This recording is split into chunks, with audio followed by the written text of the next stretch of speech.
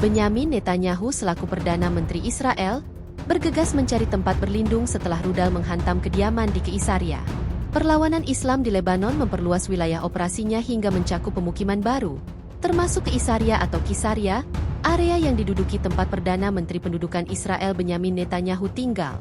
Perdana Menteri Pendudukan Israel Benyamin Netanyahu dilarikan ke tempat perlindungan setelah sirene berbunyi di Keisaria menyusul peluncuran rentetan rudal oleh perlawanan Islam di Lebanon saat mereka memperluas cakupan operasi mereka yang menargetkan pemukiman baru Israel.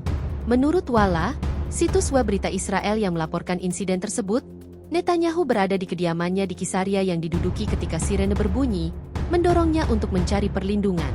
Perkembangan ini terjadi saat Hizbullah meningkatkan kekuatan senjatanya terhadap pangkalan militer Israel di wilayah Palestina Utara yang diduduki, melanjutkan operasi terarahnya terhadap pendudukan Israel dan menanggapi serangan di wilayah selatan.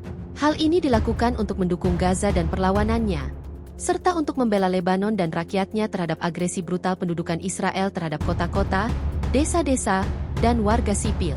Sejak dini hari, sirene tanda bahaya telah terdengar di permukiman seperti Mercafim, Misgaf Am, Hanita, Haifa, Krayot, Aka, Naharia, dan Lembah Beit Shean, bertepatan dengan peluncuran rentetan roket dari Lebanon. Media Israel menggambarkan situasi yang kacau di langit Haifa dan Krayot. Selain itu, media Israel melaporkan bahwa Netanyahu dan beberapa menteri mencari perlindungan selama tanggapan Iran terhadap Israel di lokasi bawah tanah yang dibentengi di Al-Quds. Sementara Menteri Keamanan Pendudukan Israel Yoav Gallant berlindung di fasilitas bawah tanah di Kementerian Keamanan di Tel Aviv. Perluasan operasi Hizbullah dilakukan sebagai respons terhadap eskalasi pendudukan Israel di Lebanon.